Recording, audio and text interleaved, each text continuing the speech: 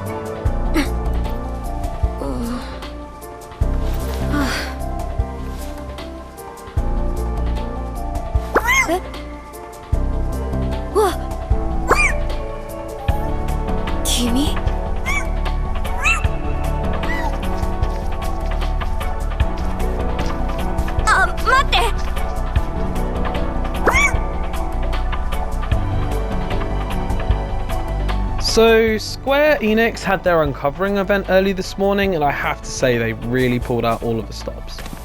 So they started with the announcement that Florence and Machine were covering the classic song Stand By Me as the main theme tune for the game, which led on to the reveal of Brotherhood, a 5-episode anime that would be released over time up until release of the game itself.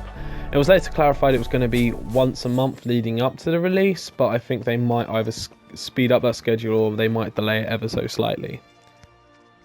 And then we got Kingsglaive, a new feature-length CG movie featuring the voice talents of Sean Bean, Lena Headey and Aaron Paul.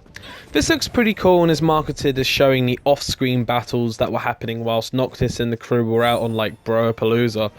It all seemed a bit forced when Aaron was asked like what he was doing there, but I'll let it slide. Star power never hurt anything, right? To go along these, Square also are releasing a mobile game, Justice Monsters 5, which is a mini game that is within the main game itself, but they're releasing as a standalone product.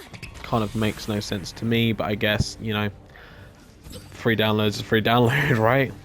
But on top of that, they also revealed and released at the same time Platinum Demo. Now, this is a demo that's set within Final Fantasy 15.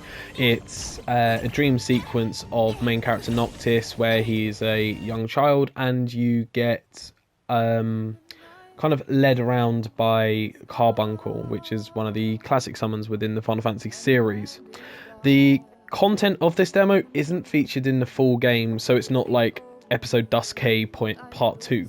But it is designed to give us a taste of the final graphics and combat systems, so that we'd be a little bit more used to using it in the full game when it's released on September 29th.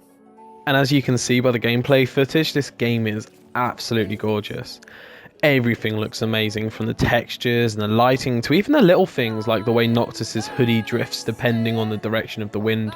On top of that, the rain effects and how, you know, changing the time of day, you know, the clothes will eventually dry out. It is those little bits that I love the most. But not only that, but the spells that are on display, despite being like children's versions to be in line with kind of Noctis's younger self, they're just breathtaking.